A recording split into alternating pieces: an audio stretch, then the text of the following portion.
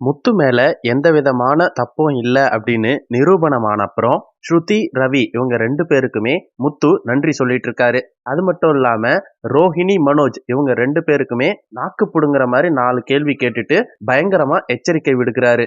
இத கேட்டு மனோஜோ ரோகிணியும் பயங்கர பயத்துல ஆடி போயிருக்காங்க. அதாவது முத்து வீட்லயும் சரி, ஊர்லயும் சரி பயங்கர அவமானப்பட்டதால அவர் சொல்றதை யாருமே எதுவுமே கேட்கல. அதனால குழம்பி போய் போலீஸ் ஸ்டேஷன் வாசல்ல போய் நின்னாலும் போலீஸ் ஸ்டேஷன்லயும் அவரை மதிக்கவே இல்லை. அங்க ரொம்ப அவமானப்படுத்துறாங்க முத்துவ.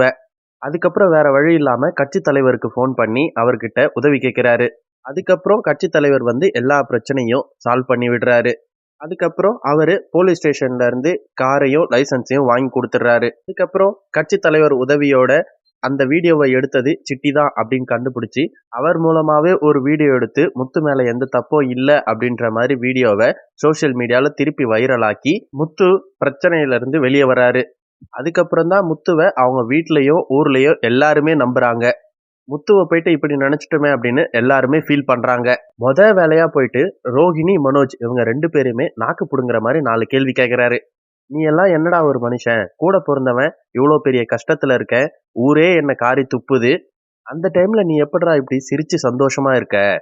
அதுவும் இந்த பார்லர் அம்மா முகத்துல அப்படி ஒரு சந்தோஷம், குதூகலத்துல கும்மாளமா இருக்காங்க.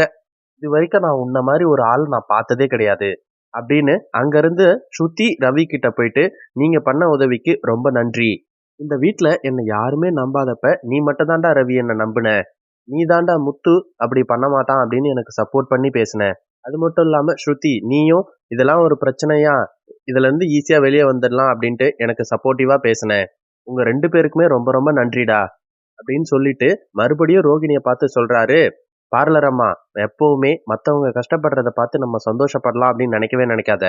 யானைக்கு ஒரு காலம் வந்தால் பூனைக்கும் ஒரு காலம் வரும். எனக்கும் ஒரு நேரம் வரும். நீ பண்ற வேலையெல்லாம் பெருசு அப்படின்னு எனக்கே நல்லா தெரியுது.